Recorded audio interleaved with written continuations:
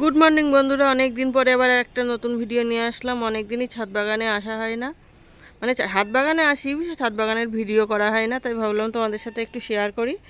দেখো এখানে আমার গাঁদা গাছে ফুল দিচ্ছে। এই গাঁদা গাছগুলো আমি অনেকগুলো গাছই করেছি। দেখো এইটা হচ্ছে, দেখো সব ডাল কেটে বসানো আমার গাছগুলো। গাছে মোটামুটি ফুল দেয়, কিন্তু মা পুজোর জন্যই তোলে বলে সেই জন্য গাছে খুব একটা ফুল দেখাতে পারছি না। দেখো এই গাছটা আমার মেন গাছ, এখান থেকেই আমি মোটামুটি এতগুলো গাছ করেছি। দেখো এখানে একটা, তারপরে দেখো এখানেও আমি কিছু কিছু গাছ আবার ডাল কেটে নতুন করে বসিয়েছি।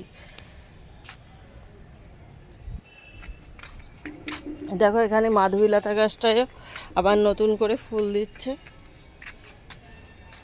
আবার নতুন করে ফুল দিচ্ছে। গাছটা খুবই ভালো, মোটামুটি 12 মাসই টুকটাক ফুল দেয়।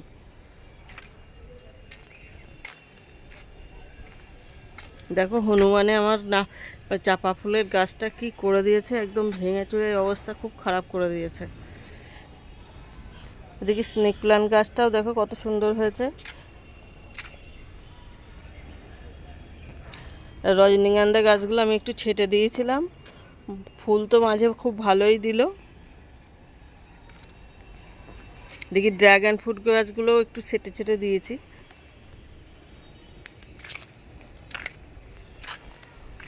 দেখো পুদিনা পাতা গাছটা কেমন হয়ে গিয়েছিল, এখন আবার কত সুন্দর হয়েছে। আর দেখো কমলা লেবু গাছটা আমার, শুধু কমলা লেবুর ভারে গাছের অবস্থা দেখো,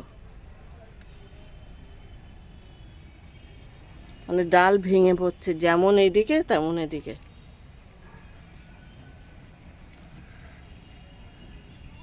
আবার দেখো নতুন নতুন ছোট ছোট আবার এই যে ধরেছে, যে দেখেই শান্তি কমলা লেবুগুলো। এদিকে দেখো আকন্দ গাছটাই আবার নতুন করে ফুল দিয়েছে। অনেকগুলো ফুলই ফুটেছিল, তো মা আবার রোজ পুজোর জন্য দু একটা করে তোলে। তো নতুন গাছ, খুব একটা বেশি দিন বয়সও না। দেখো এদিকে কুঞ্জ ফুল গাছটাও অল্প অল্প ফুল দিচ্ছে। মা এই একটু আগে ফুল তুললো, না হলে গাছটায় ফুল ছিল। মোটামুটি আজকের ভিডিওটা এই পর্যন্তই রাখলাম, আবার দেখা হবে আমাদের নতুন কোনো ভিডিওতে। তোমরা সবাই সুস্থ থেকো, ভালো থেকো, আর প্লিজ ভিডিওটায় লাইক, সাবস্ক্রাইব, কমেন্ট করো।